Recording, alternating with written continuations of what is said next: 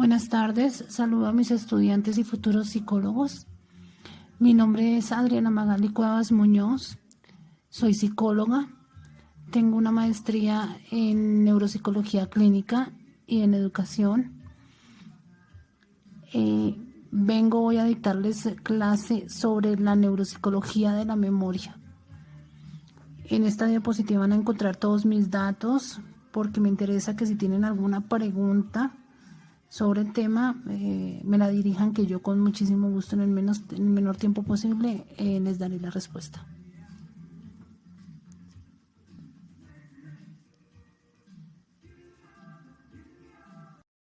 Curiosamente voy a iniciar el tema con una redundancia, porque quiero hacerles una pregunta y es, ¿quién de ustedes no se ha preguntado? Por ejemplo, cuando están con su pareja en una cena romántica, en un momento totalmente inolvidable y tienen esa emotividad a flor de piel. Y entonces en algún momento de la noche se preguntan, oye, ¿te acuerdas el día que nos conocimos? Y empiezan a evocar recuerdos. Y dicen, sí, tus ojos eran preciosos, iluminaban todo el ambiente, tus gestos eran imponentes y hacía que te notaras sobre todo el resto del mundo. Y bueno, cada cual tendrá su propia respuesta. Y en esa misma reunión dicen, oye, ¿te acuerdas cuando empezamos a armar nuestra familia? Y entonces empiezan a recordar cuando compraron una casa, cuando la decoraron, cuando el día del matrimonio, cuando se fueron a vivir juntos, el color de la pared que decidieron, los cuadros que montaron para decorar. O cuando van a una reunión familiar y se encuentran con todos esos primos que vivieron toda su infancia, con los que jugaron Atari, Nintendo, bueno, todos estos nuevos juegos, que los llevaban al parque, la tía favorita, y llevaba a todos sus sobrinos al parque, y en ese parque había quien le gustaba el columpio, quien el sub y baja, y entonces dicen, ¿se acuerdan el día que fuimos al parque y fulanito hizo no sé qué? Y empiezan a evocar y a recordar y a reír. O cuando nos reunimos con nuestros hijos y les decimos, el día que tú naciste, y empezamos a recordar todo lo que pasó ese día, cómo inició, en qué momento empezaron los dolores, cuando llegó la pareja y nos acompañó, qué tanto tiempo tuvimos que caminar, qué tan intenso fue el dolor. O cuando tenemos reunión con nuestros colegas, generalmente estamos acordándonos de algún paciente que causó alguna impresión dentro de todos, y entonces decimos, ¿te acuerdas del paciente aquel que...? Y empezamos a evocar todo lo que pasó en ese momento, qué tanto tuvimos que correr. ¿O quién de nosotros no se ha preguntado de qué se ríe la Mona Lisa? Y generalmente lo hacemos porque en alguna parte leímos sobre arte y nos están diciendo, no, la Mona Lisa acababa de tener un niño, no se estaba riendo, es algo más nostálgica, su visión está muy triste, y todas estas personas que conocen de arte nos explican la expresión de la Mona Lisa, y qué tan bonita era para su época, y todos tenemos como esa pregunta, recordando cosas de historia, Leonardo da Vinci con todas sus pinturas. Si hablamos de la Mona Lisa nos acordamos de él y de la Capilla Sistina. Los que pocos conocemos de arte, pues no tendremos mucho conceptos técnicos al respecto, pero sí sobre la belleza de sus pinturas.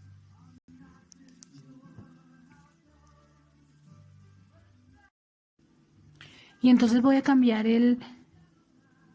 la pregunta por un imagínate.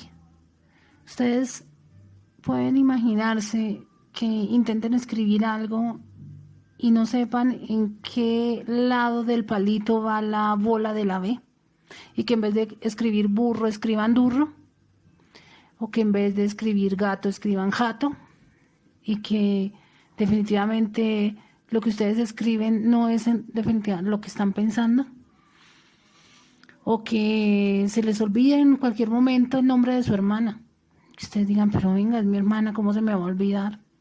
O que estén hablando de la decoración de un cuarto o de un salón, y que quieran describir un cuadro y que no se acuerde en ese momento cómo se llama eso que está colgado ahí y que alguien les tenga que decir la pintura o el cuadro y ustedes digan, venga, no me acordé que se llamaba un cuadro. Peor aún, ustedes se imaginan que se les olvide todo su pasado, que se les olvide su vida completa, incluyendo su propio nombre. Y entonces aquí es donde decimos, la memoria sí me hace humano.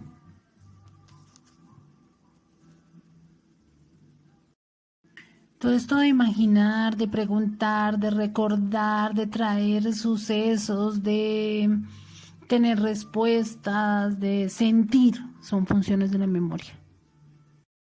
Porque si bien es cierto que tenemos toda una estructura en nuestro cerebro para poder evocar recuerdos, para tener una memoria, también es cierto que toda esa estructura, toda esa maquinaria nos hace humanos. Creo que esta clase necesariamente tenemos que traerlo hacia la humanidad, al ser humano que somos, al gen humano que nos hace y a esa humanidad que nos tiene aquí en el mundo. Pero quiero que vayamos por partes, que lo hagamos despacio para poderles unir toda la parte técnica con la parte humana del tema.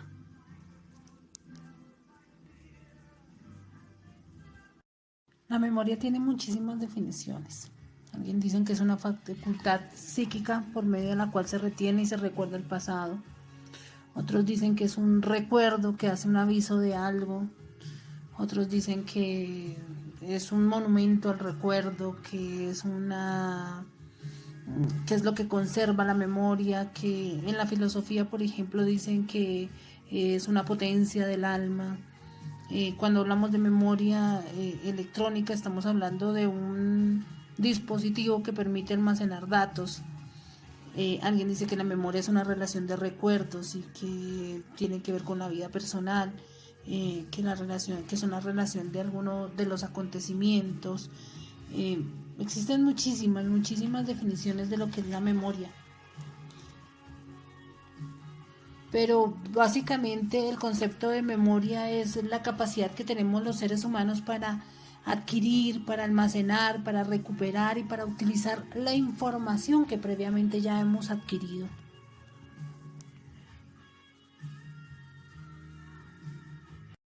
Lo cierto del asunto es que sin la memoria el ser humano no sería capaz de percibir, de aprender, de pensar, no podría expresar sus ideas, definitivamente no podría formarse su propia identidad. Sería imposible que el ser humano lograra conocer y comprender el mundo que lo rodea. No podría resolver problemas, no podría, ni presentes ni pasados. O sea, definitivamente el ser humano sin memoria no es ser humano. Lo que nos lleva a definir que la memoria es una función neurocognitiva que permite registrar, codificar, consolidar, retener, almacenar, recuperar y evocar la información previamente almacenada. Aquí quiero que nos detengamos un momentico porque necesito hacer una aclaración que me parece importante para el tema de la definición de lo que es memoria. Es necesario que entendamos la diferencia entre memoria y aprendizaje, porque si bien es cierto que estos dos procesos están íntimamente relacionados, porque en conjunto posibilitan los cambios adaptativos que tiene que tener el ser humano. Sin embargo, existen grandes diferencias entre memoria y aprendizaje, porque el aprendizaje es la capacidad que tenemos para adquirir nueva información, mientras que la memoria es la capacidad que tenemos para retener esa información que hemos aprendido. Bueno, y entonces aquí ya vamos a empezar al tema técnico sobre las estructuras cerebrales de las bases neurológicas de la neuropsicología de la memoria. Existen distintas regiones que intervienen en el proceso de la memoria y cada una de estas regiones tiene una función específica. Existe, por ejemplo, en el lóbulo temporal, el hipocampo del hemisferio derecho se encarga de la codificación de la información no verbal, mientras que el hipocampo del hemisferio izquierdo se encarga de la codificación de la información verbal. el hipocampo recibe información de la amígdala y pues esto hace o sea, la amígdala media para que el proceso de aprendizaje se desarrolle. También la amígdala es bien importante en las situaciones emocionales, inclusive siempre lo he dicho, uno no debería decir te amo con todo el corazón, sino te amo con toda mi amígdala, porque es quien procesa el tema de las emociones. Volviendo al tema de la memoria comienza con estímulos. Es importante que sepan que son nuestros sentidos los que hacen que podamos poner en funcionamiento la memoria. Existe una asociación heteromodal de la corteza cerebral que hace que este tipo de estímulos o que cualquier tipo de estímulo que tengamos llegue hasta el hipocampo, y el hipocampo realiza el proceso de codificación de esta información. Entonces, por ejemplo, el área de asociación cortical, después empieza con la corteza entorronal, después con el hipocampo y luego todas las áreas de asociación cortical.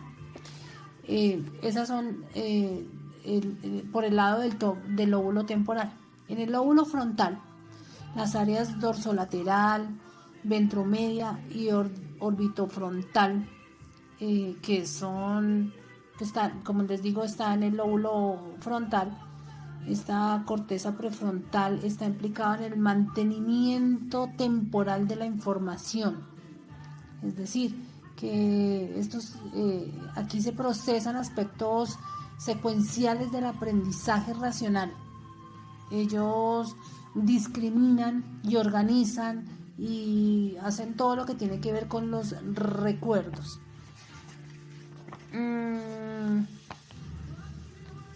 Quiere decir esto que el lóbulo frontal siempre será el responsable de la memoria de trabajo. Las lesiones en esta área presentan dificultades para poder mantener la atención en algo. Generalmente cuando decimos que son niños, por ejemplo, con síndromes de atención, estamos hablando de que tendrían algún trastorno o alguna falla de funcionamiento en este lóbulo.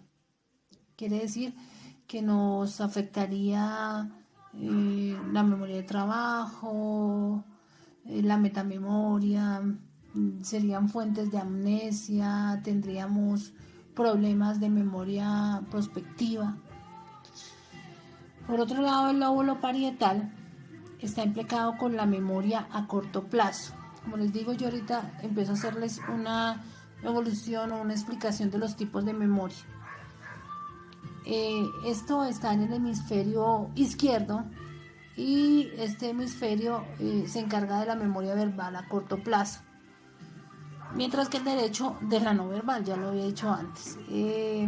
También está la memoria espacial. Esta memoria espacial es en la corteza parietal posterior. El diencéfalo, los ganglios basales y el cerebelo, también ubicados en el lóbulo parietal, son estructuras que están involucradas.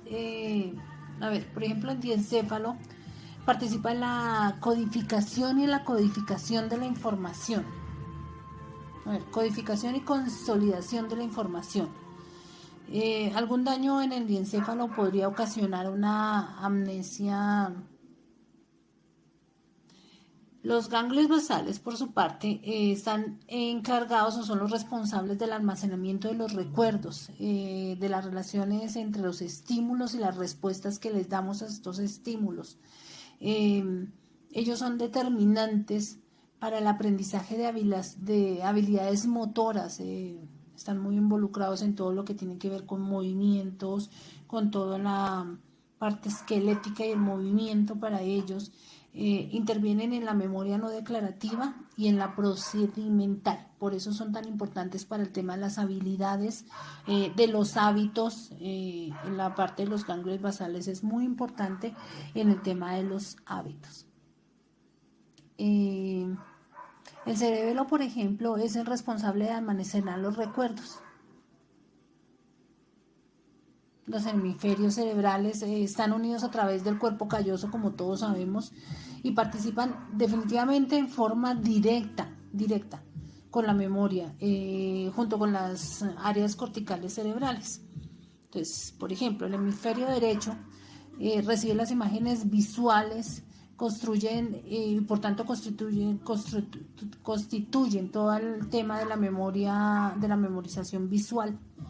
El hemisferio izquierdo, por ejemplo, tiene que ver mucho con la memorización auditiva, es decir, con todo lo que tiene que ver con melodía, con ritmos. Cuando estos dos estímulos se une la parte visual con la parte auditiva, activan la función del cuerpo calloso y empiezan a movilizar la información de forma en unidad para que se vuelva algo cognitivo y podamos empezar a tener todas las partes de las habilidades motoras. Por ejemplo, la asociación de una imagen siempre nos va a llevar, por ejemplo, nos va a provocar un recuerdo, lo que yo les decía, si vemos una foto del matrimonio, inmediatamente esa información nos va a llegar a los dos hemisferios y va a poder provocar todo el recuerdo, tanto auditivo como visual, y vamos a acordar cómo nos bailábamos en nuestro matrimonio, y vamos a acordarnos cómo fue nuestra primera cita, y cómo caminábamos por el parque, y lo que yo sentía cuando lo agarraba de la mano. Y para esto todo, para todas estas funciones es definitivamente importante todo el tema de la unión de los dos hemisferios. El cuerpo calloso, por ejemplo, es clave para disponer de la atención, para integrar el espacio y el tiempo como una unidad y hacer que los dos hemisferios trabajen de forma coordinada para poder ser conscientes al recibir los estímulos y de esta forma poder evocar y crear un recuerdo.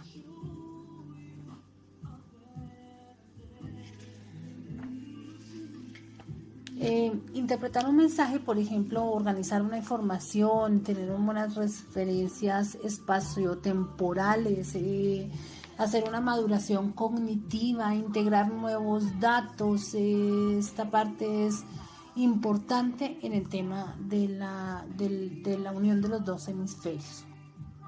En cuanto a la base neuronal de los recuerdos, lo que yo les decía, de las imágenes que se nos archivan en la memoria y que nos sirven para recordar algo o a alguien, que son una reproducción de lo que antes habíamos aprendido, de lo que antes vivimos o de lo que nos vuelve muy sensibles. Esto definitivamente está vinculado a la experiencia, por tanto, la experiencia forma parte de la memoria.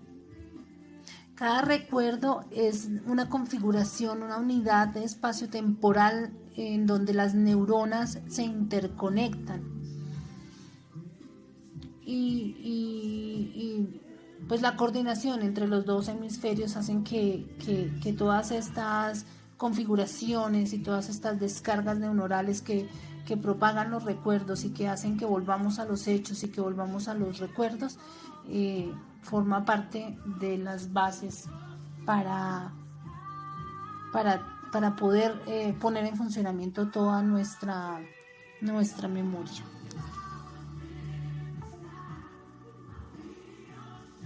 Como les explicaba, necesito diferenciar los tipos de memoria para que ustedes puedan entender todo el proceso. La memoria, tenemos dos tipos de memoria, una a corto plazo y otra a largo plazo. La memoria a corto plazo, que generalmente la verán en los escritos como MSP, tiene dos factores, uno que es la memoria de trabajo y otro que es la memoria sensorial. En cuanto a la memoria sensorial, es la que se refiere al registro de todo lo que nos dan las sensaciones. Yo les decía ahorita que sin los sentidos nosotros no tendríamos memoria, y es tan sencillo porque con las sensaciones nosotros tenemos una percepción, y esa percepción es la que nos va a permitir tener recuerdos. Yo les decía cuando preguntábamos ¿y qué le decimos a nuestra pareja cómo nos conocimos la primera vez? Y cada vez que lo tocábamos o cogíamos de las manos y nos sentíamos libres, eso nos trae recuerdos y nos evoca, hace todo un proceso de memoria. Pero aquí lo importante es que ese recuerdo que tenemos ahí, que pudo haber sucedido hace muchísimo tiempo, inició con un estímulo, con una percepción, con tocarnos las manos. Dependiendo de dónde llegue la información, de qué vía sensorial o de qué fue que percibimos ese estímulo, existen diferentes modalidades de la memoria a corto plazo, de la memoria sensorial. Y es, por ejemplo, si es auditivo, es una memoria icónica. Si es visual, es una memoria icónica. Si es de tacto, es áptica. Si es de los sabores, es gustativa. Si es de los olores, es olfativa. Todo esto, lo que les explicaba, nos produce percepciones y por tanto nos da estímulos.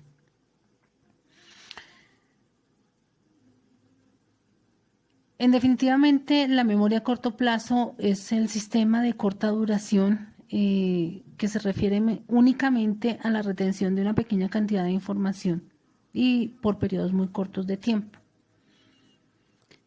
Pero a la hora de recordar, tenemos cualquier cosa, esto supera los límites de la memoria de corto plazo.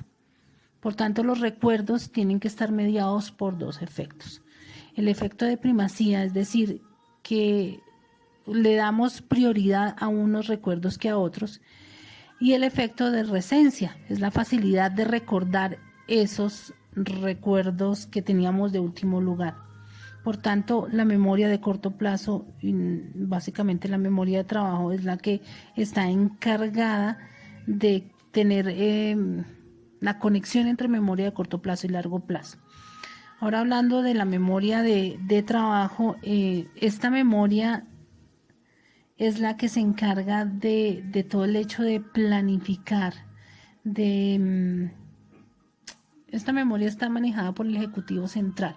Por tanto, esta memoria es la encargada de planificar, de organizar, de tomar decisiones, de ejecutar tareas, de hacer operaciones cognitivas, y tiene dos funciones importantes. Una, que es distribuir la atención en función a las tareas que nos proponemos o a los objetivos que nos proponemos. Y la segunda, vigilar que la atención de esa tarea sea la adecuada, ajustándola dentro del contexto que necesitamos. Por eso los niños que tienen trastornos de atención, estamos hablando de que tienen problemas o dificultades con su ejecutivo central. La memoria de trabajo está formada por 3 módulos y aunque trabajan de forma independiente, siempre están coordinados. Por ejemplo, todo lo que tiene que ver con retener y manipular información del lenguaje está por el bloque articulatorio. Todo lo que tiene que ver con gestionar y manipular y tener con la información que nos llega de forma visual es con la agenda visoespacial y lo que les comentaba, el Ejecutivo Central. En cuanto a el bloque articulatorio, por ejemplo, la localización del bloque articulatorio en el cerebro está en la corteza prefrontal izquierda. En la agenda visoespacial es con la prefrontal ventrolateral derecha y el ejecutivo central es la corteza prefrontal dorsolateral. En cuanto a la memoria a largo plazo, esta es la que almacena de forma duradera y permanente la información. Nos permite codificar, almacenar, recuperar la información de carácter duradero y permanente.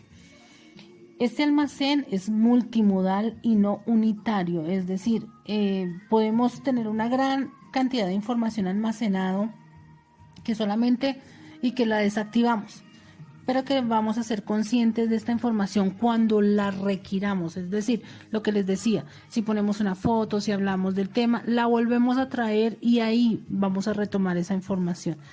Es decir, que la memoria de largo plazo es declarativa y es explícita. La memoria declarativa es la que almacena y recupera la información de manera consciente y deliberada, es decir, que se refiere a las experiencias, a los hechos, a los acontecimientos. Esta memoria es denominada la memoria de saber qué.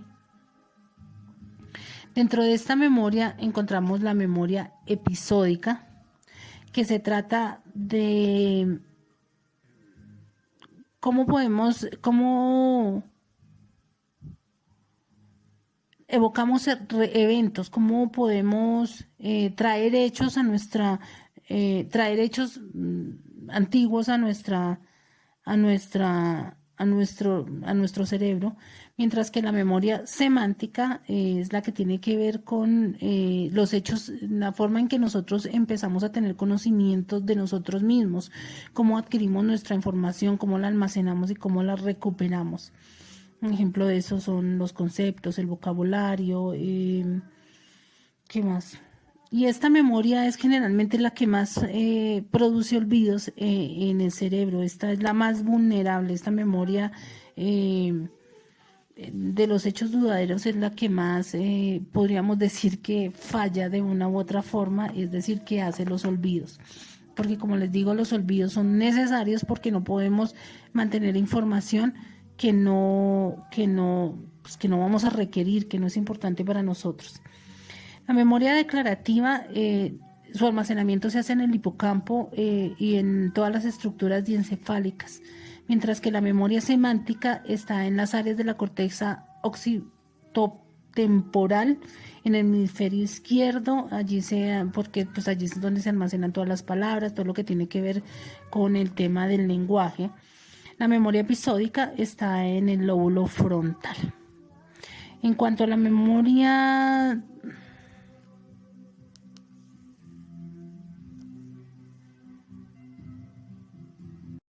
y después de escuchar todas estas partes técnicas en donde hablamos de cómo funciona nuestro cerebro para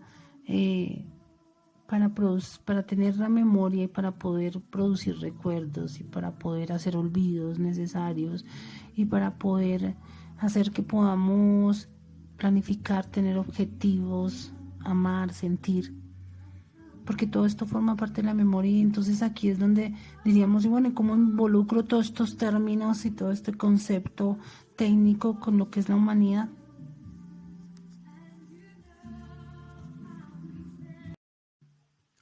Pues les doy algunos ejemplos que demuestran que no hay nada más humano que la memoria. Por ejemplo, un niño con epilepsia grave, en donde le pueden intervenir las regiones temporales derecha e izquierda.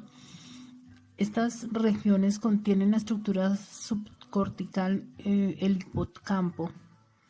Por tanto, por ser una cirugía pues, tan grande, podríamos decir que va a tener algunas dificultades. Es decir, puede llegar a conservar su capacidad intelectual y su memoria, pero va a perder algunos recuerdos que procedieron a la operación. Y esto va a hacer que afecte su capacidad de formar nuevos recuerdos, afectando su memoria implícita. ¿Se pueden ustedes imaginar lo que significa que no nos acordemos escribir, hablar o ir al baño?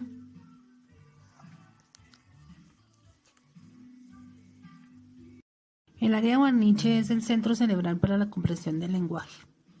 Y junto con el área de Broca son las que producen el lenguaje, es decir, que lo podemos articular y que además lo podemos entender. Una fascia en esta área que puede estar asociada con accidentes cerebrovasculares, que puede ser adquirida en traumas que lesionen determinadas estructuras cerebrales. Estas afasias provocan trastornos del lenguaje y son llamadas afasias sensoriales, receptivas, de comprensión, de fluidez. ¿Se imaginan lo que significa no poder comunicarnos después de que lo hacíamos perfectamente? ¿Ustedes se imaginan cuáles son las implicaciones que tienen en la vida las personas que pueden estar sufriendo este problema?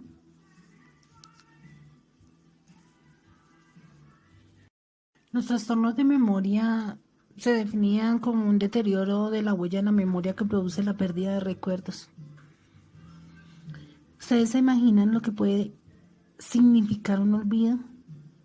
La sensación de impotencia de fracasar en ese transferir información de la memoria de corto a largo plazo.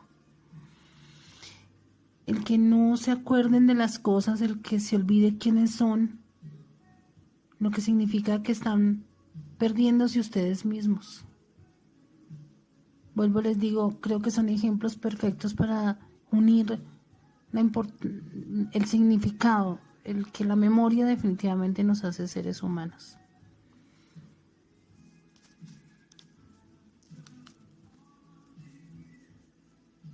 Llegamos al final de la clase. Es un hermoso y un enorme placer estar con ustedes. Como les dije al inicio, ustedes quedaron con mis datos. Por favor, si tienen alguna inquietud, no duden en escribirme, que en el menor tiempo posible yo les responderé. Un abrazo inmenso para todos y nos vemos en la próxima.